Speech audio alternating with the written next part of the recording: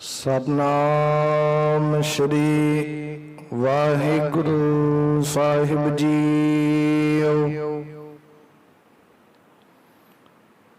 मैं मूरख की केतक बात है,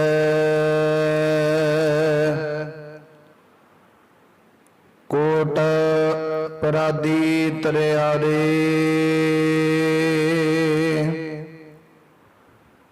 गुर नानक जिना सुनिया पेखिया, से फिर कृपास न परियारे।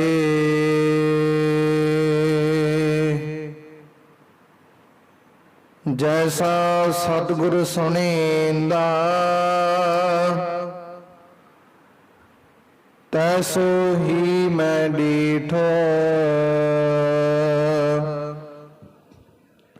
बिछड़िया मिलै प्रभु, हर दरगह का बसीठ। बिछड़िया मिलै प्रभु, हर दरगह का बसीठ। जुगो जुग टल चवर शदर तख दे मालक, दसां पातशाहियां जी दी जोत। हाजिर नाजिर श्री गुरु ग्रंथ ਸਾਹਿਬ महाराज दे पावन पवित्र सतगुरां दे सन्मुख हजूरी अंदर जुड़ बैठी गुरु प्यारी। गुरु सवारी गुरु की साजी, साज के नवाजी। गुरु का खास रूप खालसा साध संगत जीओ। आओ कुछ समय लई सतगुरु जी दे पावन पवित्र चरण कमलों दे नाल मन विरतियां कागर करके जुड़ करके बहन की कृपालता करिए। समय और स्वासां नूं सफला करिए। सतगुरां दियां खुशियां प्राप्त करना करिए। चल रही लड़ीवार शब्द विचार कथा गुरबाणी सरवण करिए। आप संगत ने जो हुण तक लड़ीवार शब्द विचार कथा गुरबाणी सरवण कीती है, वो विचार इथों तक सी के जिस वेले सतगुरु गुरु हरगोबिंद महाराज छेवें पातशाह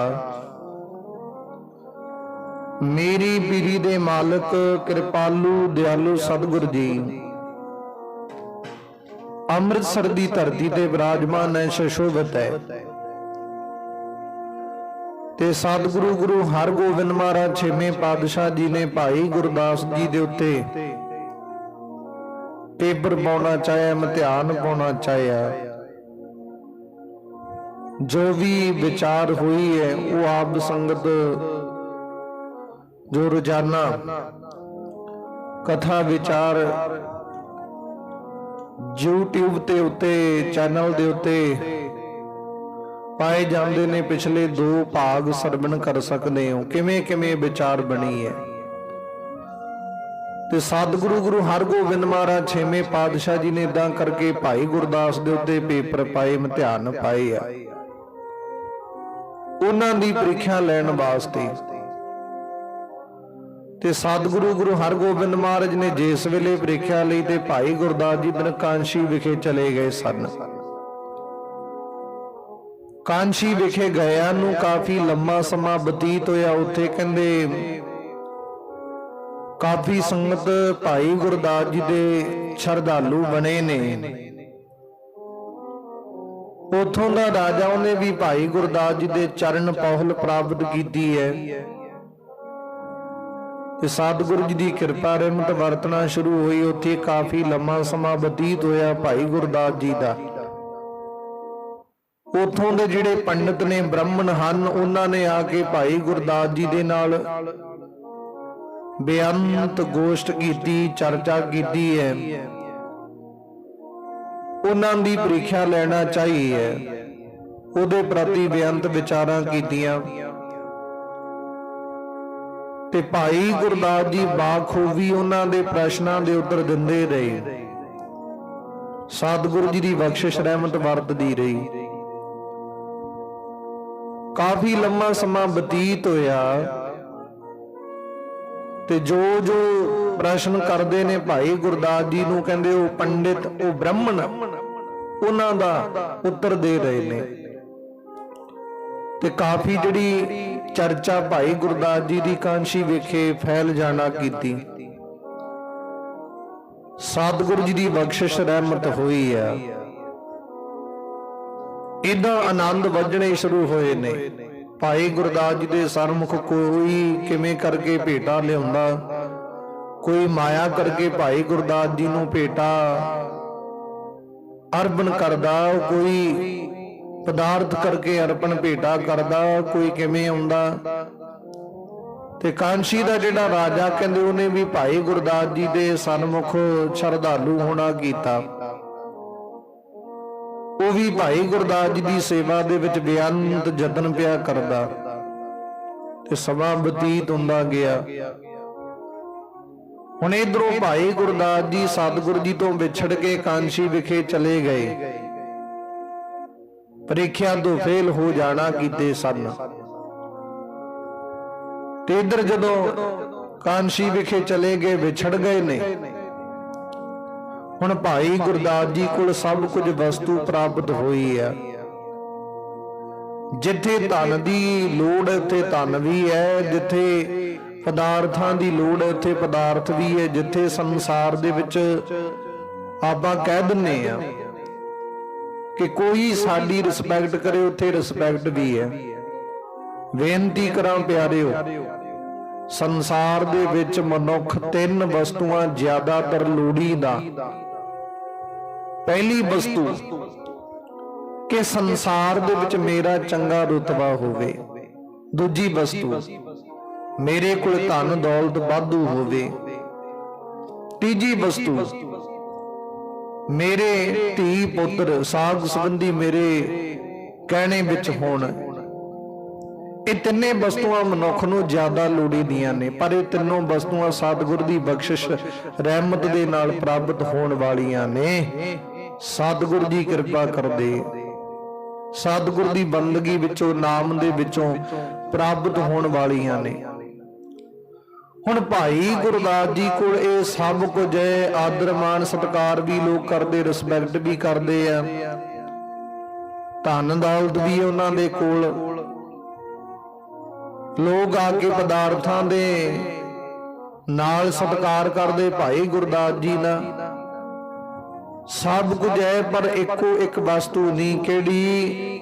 ਕਿ ਭਾਈ ਗੁਰਦਾਸ ਜੀ ਕੋਲ ਸਤਿਗੁਰੂ ਜੀ ਦੀ ਬਖਸ਼ਿਸ਼ ਰਹਿਮਤ ਨਹੀਂ ਹੈ, ਸਤਿਗੁਰੂ ਜੀ ਦੀ ਪ੍ਰਾਪਤੀ ਨਹੀਂ ਹੈ। ਸਤਿਗੁਰੂ ਜੀ ਤੋਂ ਬੇਮੁਖ ਹੋ ਚੁੱਕੇ ਨੇ।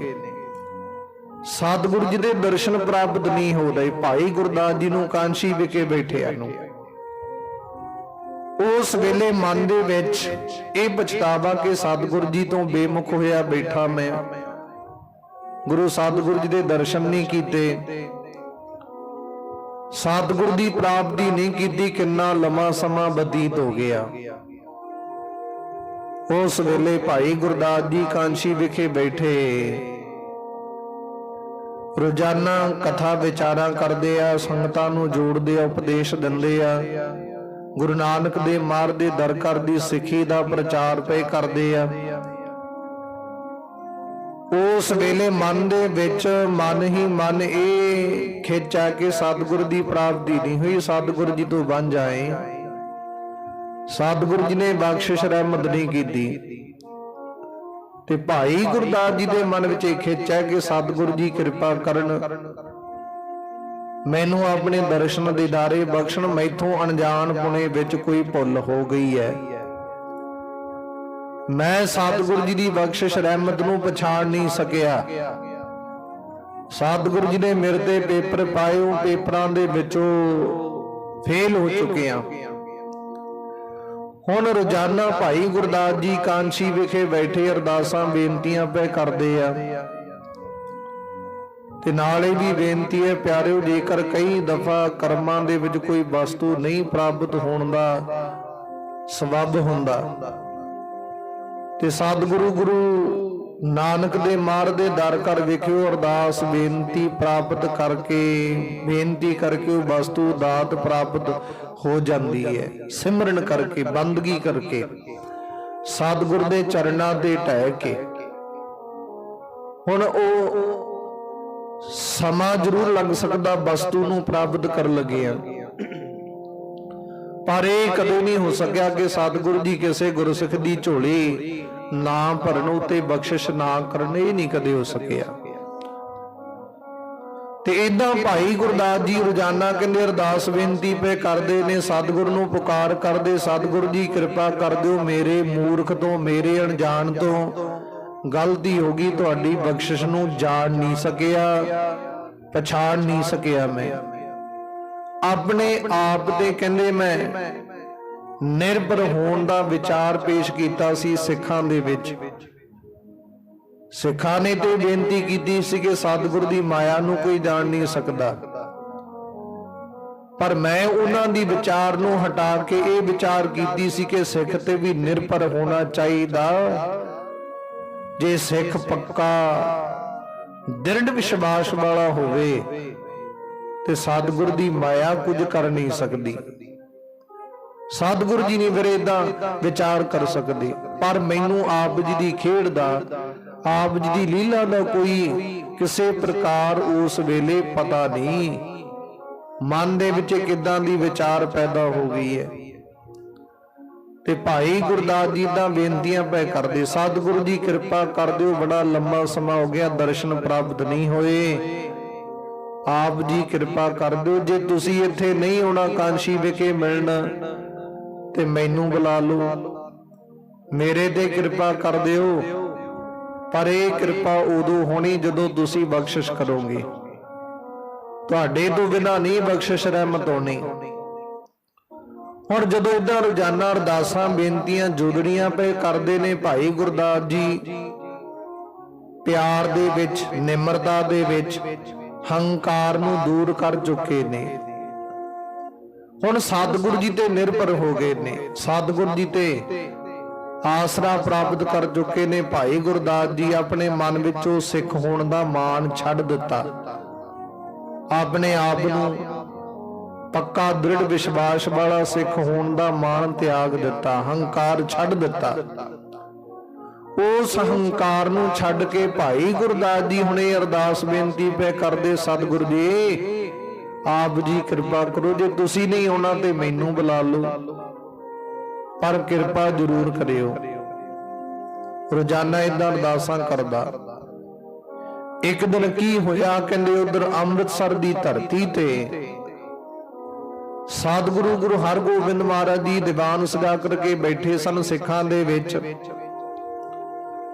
ਭਾਈ ਜੇਠਾ ਜੀ, ਭਾਈ ਵਿਧੀ ਚੰਦ ਜੀ, ਭਾਈ ਲਹਿਣਾ ਜੀ, ਕਹਿੰਦੇ ਇਦਾਂ ਦੇ ਉਸ ਵੇਲੇ ਭਾਈ ਪਰਾਗਾ ਜੀ ਤੇ ਭਾਈ ਬਹਿਲੋ ਜੀ ਵਰਗੇ ਸਤਿਗੁਰ ਦੇ ਸਿੱਖ ਬੈਠੇ ਨੇ। ਸਤਿਗੁਰ ਦੇ ਸਿੱਖਾਂ ਨੇ ਉਸ ਵੇਲੇ ਸਤਿਗੁਰ ਜੀ ਤੋਂ ਸੁਣਿਆ, ਭਾਈ ਗੁਰਦਾਸ ਦੇ ਪ੍ਰਤੀ ਵਿਚਾਰ ਕਰਨ ਲੱਗੇ ਨੇ। ਸਤਿਗੁਰੂ ਜੀ ਕਹਿੰਦੇ ਚੰਗੇ ਭਲੇ ਭਾਈ ਗੁਰਦਾਸ ਜੀ ਸੁਲਝੇ ਨੇ, ਉਹਨਾਂ ਦੇ ਉੱਤੇ ਗੁਰੂ ਨਾਨਕ ਦੇਵ ਮਹਾਰਾਜ ਦੀ ਬਖਸ਼ਿਸ਼ ਰਹਿਮਤ ਹੈ। ਉਹ ਚੌਥੇ ਪਾਤਸ਼ਾਹ ਤੋਂ ਲੈ ਕੇ ਹੁਣ ਤੱਕ ਗੁਰੂ ਨਾਨਕ ਦੇ ਦਰਕਾਰ ਦੀ ਸੇਵਾ ਨਿਭਾ ਰਹੇ, ਕੋਲੇ ਰਹਿ ਕੇ। ਸਤਿਗੁਰੂ ਜੀ ਕਹਿੰਦੇ ਪਤਾ ਨਹੀਂ ਉਹਨਾਂ ਦੇ ਮਨ ਵਿੱਚ ਕੀ ਹੋਇਆ, ਕਾਬਲ ਤੋਂ ਘੋੜੇ ਲੈਣ ਗਏ ਸਨ, ਉੱਥੇ ਹੀ ਪਤਾ ਨਹੀਂ ਕਿੱਧਰ ਦੌੜ ਗਏ, ਕਿੱਧਰ ਅਲੋਪ ਹੋ ਗਏ ਨੇ। ਤੇ ਬਹੁਤ ਜ਼ਿਆਦਾ ਸਮਾਂ ਉਹਨਾਂ ਨੂੰ ਹੋ ਗਿਆ, ਉੱਥੋਂ ਗਿਆ ਸਾਡੇ ਕੋਲੋਂ ਵਿਛੜਿਆ। ਸਤਿਗੁਰੂ ਜੀ ਸਿੱਖਾਂ ਨੂੰ ਕਹਿਣ ਲੱਗੇ, ਕਹਿੰਦੇ ਆਓ ਕਰੋ ਬਈ, ਤੁਸੀਂ ਉਹਦੀ ਭਾਲ ਕਰੋ, ਕਿੱਥੇ ਆ ਉਹ, ਢੂੰਡੋ ਉਹਨਾਂ ਨੂੰ ਕਿੱਥੇ ਆ। ਤੇ ਸਮਾਂ ਚੱਲਦਾ ਗਿਆ। ਕਹਿੰਦੇ ਇੱਕ ਦਫਾ ਇੱਕ ਸਿੱਖ ਨੇ ਆ ਕੇ ਦੱਸਿਆ, ਸਤਿਗੁਰੂ ਜੀ ਭਾਈ ਗੁਰਦਾਸ ਜੀ ਕਾਂਸ਼ੀ ਵਿਖੇ ਆ, ਉੱਥੇ ਵਿਰਾਜਮਾਨ ਨੇ, ਸੰਗਤ ਨੂੰ ਗੁਰਬਾਣੀ ਦਾ ਉਪਦੇਸ਼ ਦਿੰਦੇ, ਕਥਾ ਵਿਚਾਰਾਂ ਕਰਦੇ ਆ, ਗੁਰੂ ਨਾਨਕ ਦੀ ਸਿੱਖੀ ਦਾ ਪ੍ਰਚਾਰ ਪੇ ਕਰਦੇ ਆ। ਉਹਨਾਂ ਤੇ ਆਪ ਜੀ ਦੀ ਬਖਸ਼ਿਸ਼ ਰਹਿਮਤ ਬਹੁਤ ਜ਼ਿਆਦਾ ਹੈ। ਆਪ ਜੀ ਕਿਰਪਾ ਕਰੋ, ਕਾਂਸ਼ੀ ਵਿਖੇ ਭਾਈ ਗੁਰਦਾਸ ਜੀ ਵਿਰਾਜਮਾਨ, ਉਹਨਾਂ ਨੂੰ ਉੱਥੋਂ ਬੁਲਾ ਲਓ। ਤੇ ਸਤਿਗੁਰੂ ਗੁਰੂ ਹਰਗੋਬਿੰਦ ਮਹਾਰਾਜ ਜੀ ਸੁਣ ਕੇ ਬੜੇ ਹੈਰਾਨ ਹੋਏ ਨੇ। ਐਡੇ ਲੰਮੇ ਪੈਂਡੇ ਨੂੰ ਤੈਅ ਕਰਕੇ ਭਾਈ ਗੁਰਦਾਸ ਜੀ ਕਾਂਸ਼ੀ ਵਿਖੇ ਵਿਰਾਜਮਾਨ ਹੋ ਗਏ। ਵੈਸੇ ਸਤਿਗੁਰੂ ਜੀ ਜਾਣੀ ਜਾਣ ਸਨ, उस वेले गुरु सतगुरु जी नूं पता भाई गुरदास जी कित्थे आ, की विचारा करदे, मन विच की भावना उन्हां दे, ये सारी विचार नूं सतगुरु जी जाणदे आ। पर कई दफा गुरु प्यारो गुज्जे भेद खोलण वास्ते सतगुरु जी उदां दा बरताव करना शुरू कर दिंदे आ, उदां दी विचार करना शुरू कर दिंदे सतगुरु जी। कई दफा संसार दे विचों कौतक नूं रचण वास्ते सतगुरु जी उदां दा भेस, उदां दा विचार, उदां दा लिबास बना लैंदे आ। सतगुरु जी इदां किरपा करदे। हुण जदों सतगुरु जी नूं पता कि भाई गुरदास जी कांशी विखिया, पर फिर भी वो गल नूं प्रगट नहीं करदे, जाहिर नहीं करदे, ते सतगुरु जी नूं भी पता भाई गुरदास जी हुण हंकार तो रहत हो चुके आ, निमरता वाले बन चुके आ, भावना वाले बन चुके आ। हुण इत्थे निमरता वाले मनुख, भावना वाले मनुख सतगुरु दे दर ते प्रवान है। जेकर कोई मनुख कहे कि मैं सतगुरु दे दर ते सतगुरु दा सिख होके शरधालू होके अपने आप नूं बहुत वड्डा समझा, ते सतगुरु जी कहंदे भलिओ तुहाडे नालों भाई गुरदास जी कित्थे किड्डी वड्डी पदवी ते विराजमान है।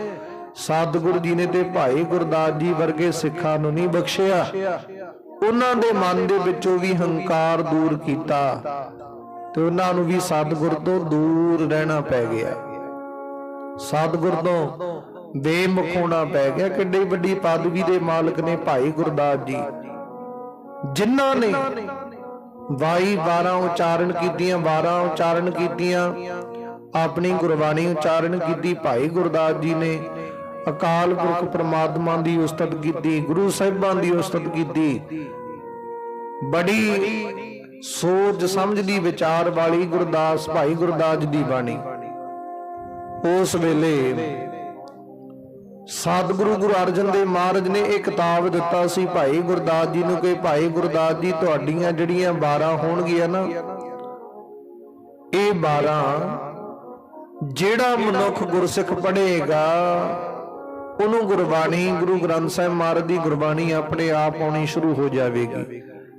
तुहाडीआं 12 कहंदे गुरु ग्रंथ साहिब महाराज दे ज्ञान दी चाबी होवेगी।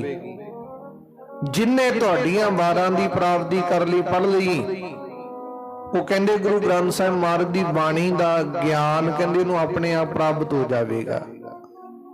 तुहाडीआं 12 गुरु ग्रंथ साहिब महाराज के ज्ञान की चाबी है।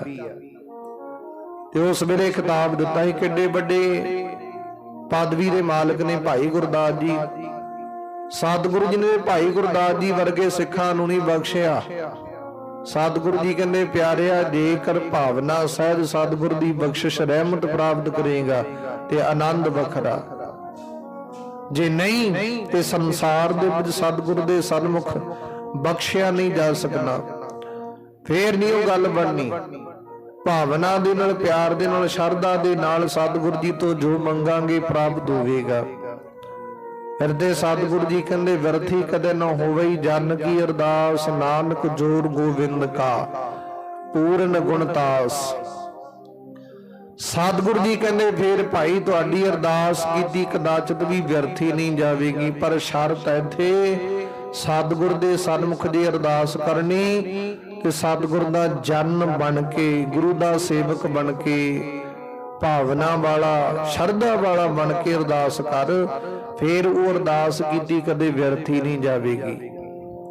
कदाचित भी कहंदे सतगुर दे दर तो वो अरदास कीती हुई कदे सतगुर जी नूं विसारनगे नहीं, इग्नोर नहीं करनगे, सतगुर जी आप बख्शिश करनगे। फिर ते बख्शिश रहमत होण गई है। ते भाई गुरदास जी कांशी विखे बैठे अरदासां बेनतियां करदे। सतगुरु जी भी जान गए सन कि हुण भाई गुरदास दे मन की जिहड़ी भावना बदल चुकी है, चेंज हो गई है।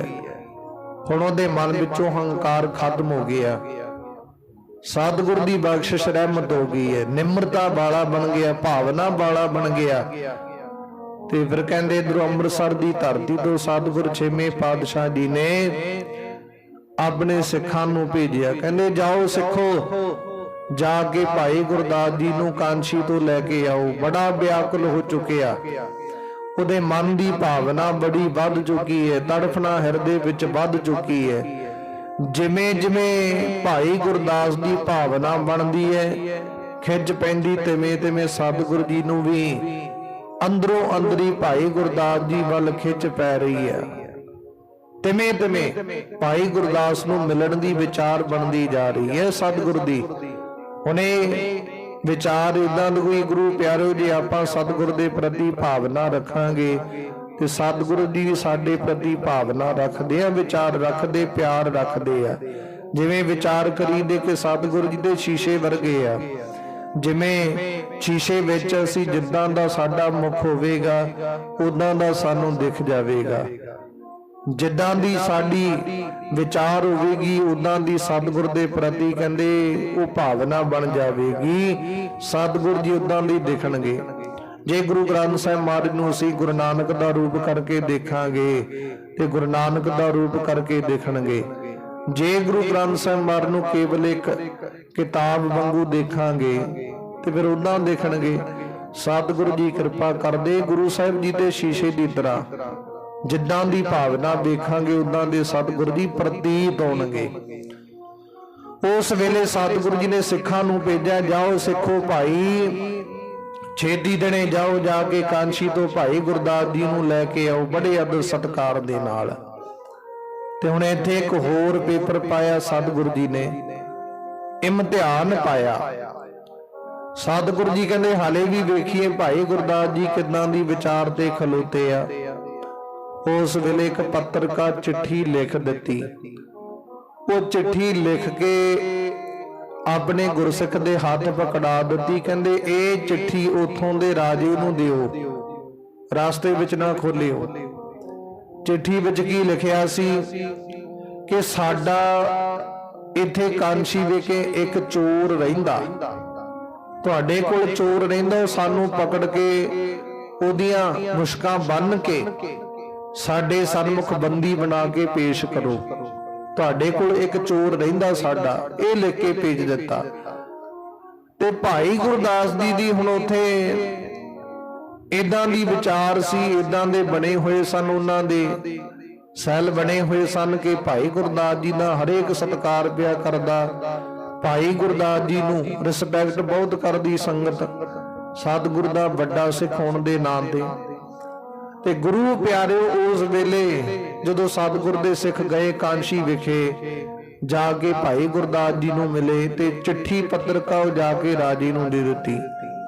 ਰਾਜੇ ਨੇ ਪੜ੍ਹੀ ਕਿ ਸਤਿਗੁਰੂ ਜੀ ਦਾ ਇਹ ਫਰਮਾਨ ਹੈ।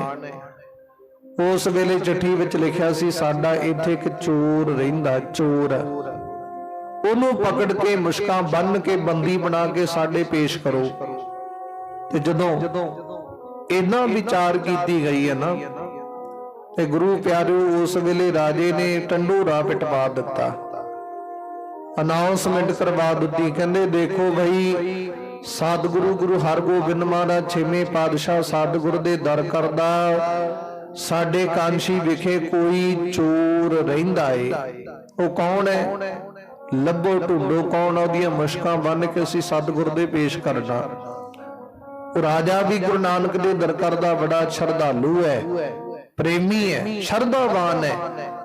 ਤੇ ਉਸ ਵੇਲੇ ਜਦੋਂ ਢੰਡੋਰਾ ਪਿਟਵਾਇਆ, ਭਾਈ ਗੁਰਦਾਸ ਜੀ ਨੂੰ ਪਤਾ ਲੱਗਿਆ ਕਿ ਸਤਿਗੁਰੂ ਨੇ ਏਦਾਂ ਸੁਨੇਹਾ ਭੇਜਿਆ। ਹੁਣ ਨਿਮਰਤਾ ਸਹਿਤ ਪ੍ਰੇਮ ਦੇ ਬਸ ਹੋ ਕੇ ਉਸ ਵੇਲੇ ਭਾਵਨਾ ਸਹਿਤ ਜਾ ਕੇ ਰਾਜੇ ਦੇ ਸਨਮੁਖ ਖਲੋ ਗਿਆ ਦਰਬਾਰ ਵਿਖੇ। ਕਹਿਣ ਲੱਗਾ ਰਾਜਨ ਜੀ, ਜਿਹੜੇ ਚੋਰ ਦੀ ਗੱਲ ਤੁਸੀਂ ਕਰਨੇ ਹੋ ਉਹ ਚੋਰ ਮੈਂ ਆ, ਮੈਂ ਉਹ ਚੋਰ ਸਤਿਗੁਰ ਦਾ। ਹੁਣ ਭਾਈ ਗੁਰਦਾਸ ਜੀ ਦੇ ਚਰਨਾਂ ਦੀ ਪਹੁਲ ਪ੍ਰਾਪਤ ਕੀਤੀ ਸੀ ਰਾਜੇ ਨੇ, ਸ਼ਰਧਾਲੂ ਬਣਿਆ ਸੀ ਭਾਈ ਗੁਰਦਾਸ ਜੀ ਦਾ। ਸੰਗਤਾਂ ਵੀ ਬੜੀਆਂ ਭਾਵਨਾ ਦੇ ਨਾਲ ਭਾਈ ਗੁਰਦਾਸ ਜੀ ਦਾ ਪਿਆਰ ਕਰਦੀਆਂ। ਭਾਈ ਗੁਰਦਾਸ ਜੀ ਨੂੰ ਗੁਰੂ ਨਾਨਕ ਦੇਵ ਮਹਾਰਾਜ ਦੇ ਦਰ ਕਰਦਾ ਸਿੱਖ ਜਾਣ ਕੇ ਸਤਿਗੁਰ ਦਾ ਰੂਪ ਸਮਝਦੇ ਸਨ, ਕਿਉਂਕਿ ਸਤਿਗੁਰੂ ਤੇ ਸਤਿਗੁਰ ਦਾ ਸੇਵਕ ਦੋਨੋਂ ਇੱਕੋ ਸਮਾਨ ਮੰਨੇ ਜਾਂਦੇ ਆ। सतगुरु जी कहते हर जन दुई एक है बिब विचार कछ नाहि। गुरु दा सिख ते सतगुरु जी दोनों एको समान है, किसी प्रकार कोई भेदभाव नहीं, किसी प्रकार दोनों दे विच कोई अंतर नहीं, गैब नहीं है। ते उस वेले जदों भाई गुरदास ने दसिया कहंदे जी वो चोर मैं हाँ सतगुरु दा, लओ जी हुण छेती करो मेरियां मुश्कां बन दिओ, पिछे करके हाथ बन दिओ, बंदी बना के सतगुरु दे पेश कर दिओ। ते लोग मनण नूं तैयार ना, वो कहंदे नहीं जी ऐ नहीं हो सकदा, तुसीं एडे वड्डे गुरु सतगुरु दे श्रद्धालु हो, प्यार वाले हो, सतगुरु दे सिख हो, तुहाडे ते सतगुरु दी बख्शिश रहमत है, तुसीं ऐ किवें हो सकदे हो। भाई गुरदास जी कहंदे नहीं, मेरे सतगुरु दा हुक्म है कि इदां ये विचार होनी चाहिदी है। हुण ओ विचार नूं मैं सतगुरु दे बचनां नूं फुੱਲ चाढ़ना चाहुंदा, सतगुरु दे बचनां नूं मनना चाहुंदा। तुसीं छेदी करो, मेरियां मुश्कां बन के अमृतसर दी धरती ते भेजो, बंदी बना के सतगुरु दे पेश करो।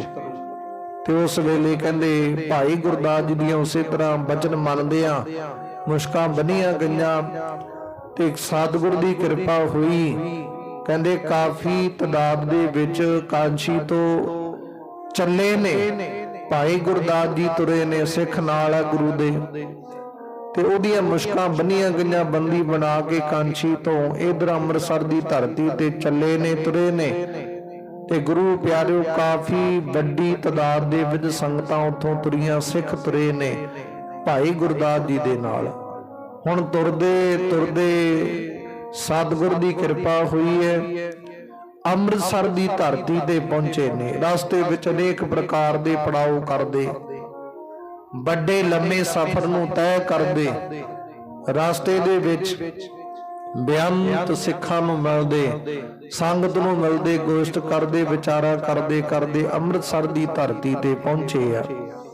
ते पहुंच के उस वेले जदों सतगुरु दे सन्मुख पहुंचे ने, सतगुरु जी सामने खलोते की देखदे आ, भाई गुरदास दी मुश्कां बन्नियां, बंदी बनाया उसे तरह।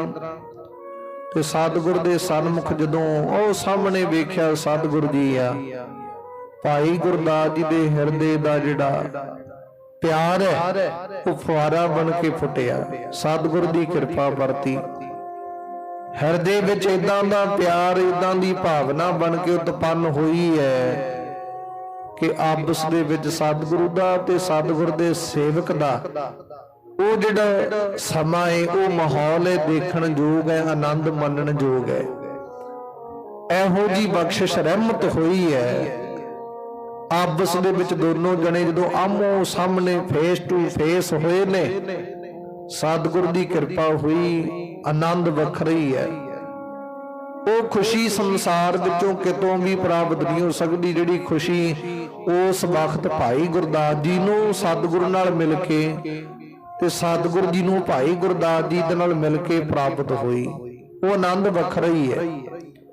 ते सतगुरु जी किरपा करदे कहंदे जदों मिले ने, भाई गुरदास दी मुश्कां बनियां, आके फटाफट सतगुरां दे चरनां ते डिग पिया, रो रो के चरण धो दिते। सतगुरु जी बख्श दिओ, मेरे मन दे विच हंकार उत्पन्न हो चुकिया सी, टूक मात्र हंकार पैदा हो चुकिया सी, पर आप दी किरपा दे नाल ये मन विचों हंकार खत्म हो चुकिया।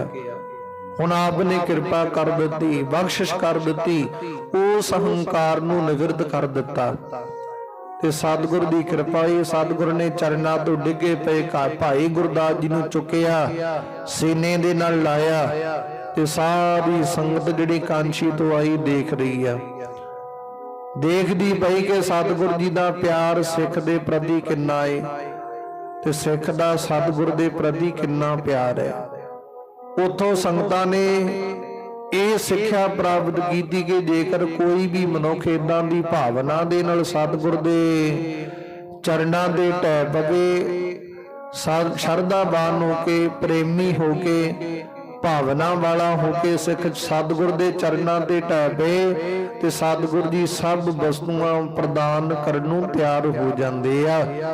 ਸਤਿਗੁਰ ਜੀ ਆਪਣਾ ਆਪ ਵੀ ਉਹਨੂੰ ਅਰਪਣ ਕਰਨ ਨੂੰ ਤਿਆਰ ਹੋ ਜਾਂਦੇ। ਪਰ ਕੋਈ ਵੇਖੇ ਤੇ ਸਹੀ, ਇਹ ਭਾਵਨਾ ਬਣਾ ਕੇ, ਇਹ ਸ਼ਰਧਾ ਬਣਾ ਕੇ ਫੇਰ ਆਨੰਦ ਵੱਖਰਾ ਏ, ਫੇਰ ਸਤਿਗੁਰ ਦੀ ਬਖਸ਼ਿਸ਼ ਰਹਿਮਤ ਵੱਖਰੀ ਵਰਤਾ ਦਿੰਦੇ ਨੇ। ਤਾਂ ਤੇ ਆਓ ਪਿਆਰੀ ਸੰਗਤ ਜੀਓ, ਜਦੋਂ ਇਦਾਂ ਦਾ ਮਾਹੌਲ ਬਣਿਆ ਉਸ ਵੇਲੇ ਦ੍ਰਿਸ਼ ਉਹ ਦੇਖਣ ਯੋਗ ਹੈ। ਆਨੰਦ ਪ੍ਰਾਪਤ ਹੋਏ ਨੇ ਆਮੋ ਸਾਹਮਣੇ ਹੋ ਕੇ, ਸੰਗਤਾਂ ਨੇ ਖੁਸ਼ੀਆਂ ਮਨਾਈਆਂ, ਸਤਿਗੁਰ ਦੀ ਕਿਰਪਾ ਰਹਿਮਤ ਹੋਈ। ਇਧਰੋਂ ਕਹਿੰਦੇ ਸਤਿਗੁਰੂ ਗੁਰੂ ਹਰਗੋਬਿੰਦ ਮਹਾਰਾਜ ਦੇ ਪੁੱਤਰ ਬਾਬਾ ਸੂਰਜਮਲ ਜੀ, ਉਹਨਾਂ ਦੇ ਵਿਆਹ ਆਨੰਦ ਕਾਰਜ ਦੇ ਸੰਬੰਧ ਦੇ ਵਿੱਚ, ਸ਼ਾਦੀ ਦੇ ਸੰਬੰਧ ਦੇ ਵਿੱਚ ਪ੍ਰੇਮ ਚੰਦ ਦੀ ਪੁੱਤਰੀ ਸਤਿਗੁਰ ਦਾ ਸਿੱਖ ਹੈ, ਉਹਦੇ ਸੰਬੰਧ ਵਿੱਚ ਕਹਿੰਦੇ ਵਿਆਹ ਆਨੰਦ ਕਾਰਜ ਦੇ ਕਾਰਜ ਕਰਨੇ ਸ਼ੁਰੂ ਕੀਤੇ ਨੇ। ਇੱਕ ਇਹ ਖੁਸ਼ੀ ਹੈ ਕਿ ਭਾਈ ਗੁਰਦਾਸ ਜੀ ਬਹੁਤ ਲੰਮੇ ਸਮੇਂ ਤੋਂ ਬਾਅਦ ਸਤਿਗੁਰ ਦੇ ਸਨਮੁਖ ਪਹੁੰਚੇ ਨੇ ਕਾਂਸ਼ੀ ਤੋਂ, ਇਹ ਵੀ ਖੁਸ਼ੀ ਹੈ। ਦੂਜੀ ਖੁਸ਼ੀ ਹੈ ਕਿ ਸਤਿਗੁਰ ਦੇ ਪੁੱਤਰ ਬਾਬਾ ਸੂਰਜਮਲ ਜੀ ਦਾ ਵਿਆਹ ਆਨੰਦ ਕਾਰਜ ਦੇ ਸੰਬੰਧ ਦੇ ਵਿੱਚ ਆਨੰਦ ਪ੍ਰਾਪਤ ਹੋਣੇ ਸ਼ੁਰੂ ਹੋਏ, ਤਿਆਰੀਆਂ ਕਰਨੀਆਂ ਸ਼ੁਰੂ ਕੀਤੀਆਂ ਨੇ।